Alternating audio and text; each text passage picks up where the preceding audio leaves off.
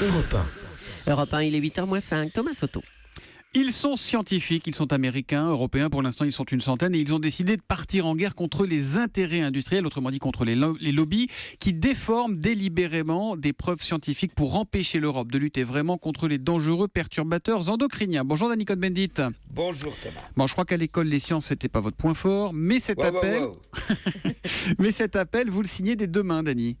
Et oui, des deux mains, des trois si je pouvais, parce que voilà, ces perturbateurs endocriniens sont des petits produits chimiques que nous retrouvons pratiquement partout dans ce que nous utilisons quotidiennement, plastique, cosmétiques, et ces produits contaminent entre autres la nature, donc nos aliments, et pénètrent dans l'organisme humain, contaminant le sang ou le lait maternel. Les femmes, plus particulièrement les femmes de grossesse, eh bien, sont les plus touchées. Conséquence à moyen terme, eh bien, cancer du sein, de la prostate, diabète, infertilité. Voilà pourquoi ces scientifiques sont partis en guerre, parce que vraiment la commission ne comprend rien. Il y a des chouchous scientifiques payés par donc l'industrie chimique nie en fait cette réalité. Donc vous dites que la commission se fait enfumer par des scientifiques payés par les lobbies industriels.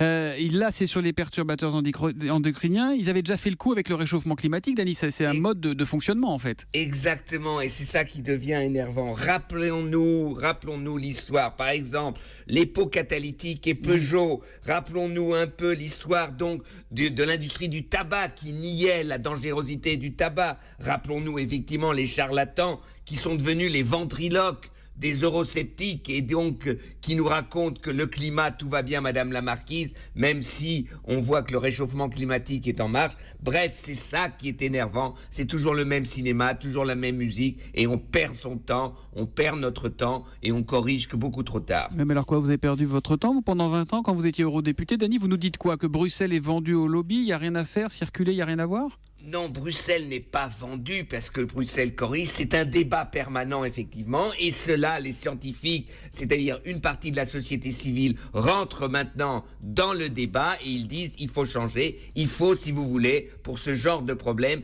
un GIEC, c'est le conseil scientifique qui conseille l'ONU, un GIEC qui conseillerait, donc indépendant, qui conseillerait, si vous voulez, la commission. Et si, par exemple, le président français de gauche, François Hollande, qui sera un candidat de gauche pour les présidentielles, eh bien, voulait démontrer sa valeur ajoutée de gauche, eh bien, il renverserait la table maintenant à Bruxelles, il dirait, il faut arrêter avec ce genre de procédure, donc arrêter ce que va décider la commission sur les endocriniens, et comme cela, il deviendrait un perturbateur de la confiance de la droite. Voilà, il y a un appel de scientifiques dans le monde et Danny le transforme en appel à François Hollande. Merci Danny, à demain matin. D'agir. L'injonction d'agir, d'action. Merci Danny, à demain.